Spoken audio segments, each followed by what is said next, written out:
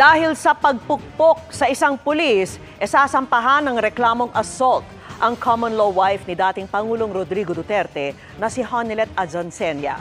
Nangyari po yan sa tensyonadong tagpo bago na isakay ng eroplano si Duterte para madala sa the Netherlands. Nagbabalik si Marisol Abduraman.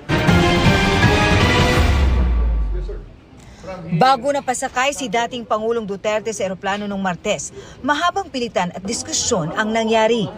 You can arrest me tomorrow. I have to go home and pack up and get me prepared. That's the most decent thing to do.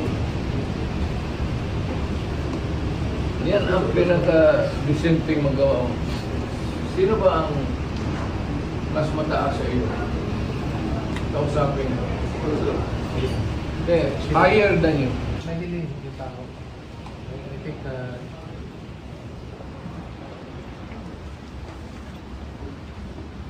Hanggang sa nasabi na lang ni CIDG Chief Major General Nicolas Torre III. Hihilain ko yan.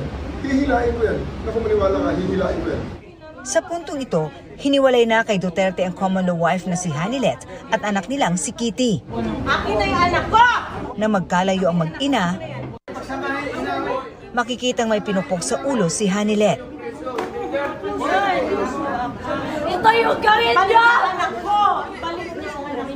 Sabi ng PNP, cellphone daw ang ipinupok sa babaeng miyembro ng PNP Special Action Force. Hindi kinilala ng PNP ang pulis, pero nagtamo daw ito ng malaking bukol sa ulo. Dahil dito, sasampahan ng PNP si Hanilet ng direct assault.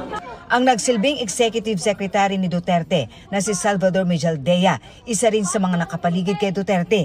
Nilalapitan na ng mga pulis si Duterte pero hindi tumatabi si Mejaldea. Ang ginawa ko, nakatayo na ako dito.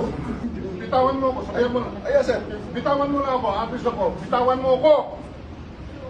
You have the right to remain silent. Everything you say can and will be used against you in the court of law. You have the right for an attorney. Sige.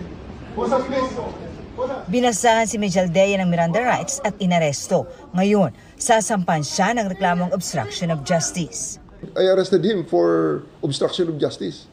I read him his rights before I placed the handcuffs. And to show them na I mean business. Ayun, dumarating sa punto talaga na kailangan we put our foot down. And I did. Alangan naman na sila ang masusunod. Kasi kung sila masusunod, hindi talaga sasakay yun. Nagkwento pa si Torre ng ibang dinanas daw niya sa insidenteng ito. Physical po ay itinulak ako ni Hanilet. Tinabig niya ako. At malakas ang pagkatabig niya. Nung nagkasalubong kami sa hallway. Nasa video naman, minura ako ng kanyang anak.